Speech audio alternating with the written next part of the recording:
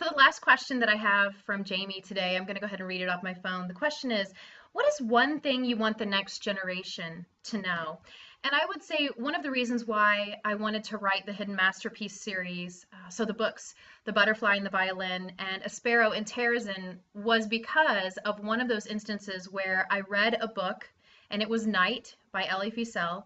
And I read that book and it had such an impact on me. And this is more than 10 years ago, but I read that book of a young teenage boy's experience in the Auschwitz concentration camp. And as a woman, as a student at the time, as a believer in Christ, and now later on down the road as a mom and as an author, that book had such an effect on me.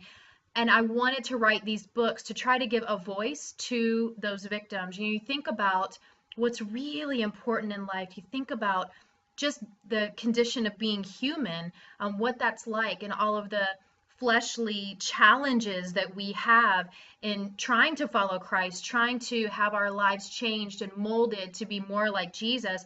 There are so many things that impact us along the way. There's so many decisions that we have to make, so many times that we find ourselves in sometimes just really fearful situations, where it can be really difficult to go on. And I think about those prisoners that were in the concentration camps, and I thought about them creating the art that they did while inside Auschwitz or while inside the Terezin ghetto and concentration camp.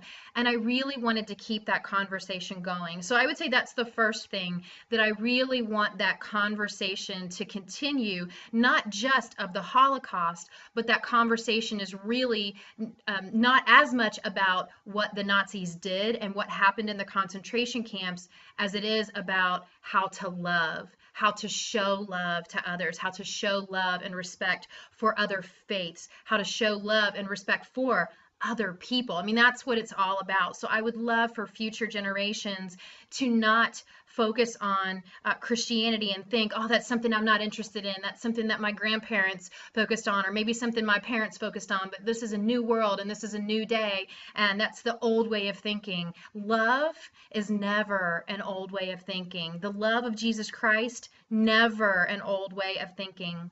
I attended a funeral for a Bible study sister yesterday and was just so moved. The pastor had an opportunity to share the gospel right there, and it was such a beautiful, unapologetic way of saying we need to love. We need to focus on love in our lives. You need to walk out of this room, and if you believe that you have given your heart to Christ, but as Jesus said in Revelations, I'm making all things new, if he has not radically changed your life, then you need to take a radical look at your heart and say, am I really loving like Jesus? Am I really a follower and a disciple of him?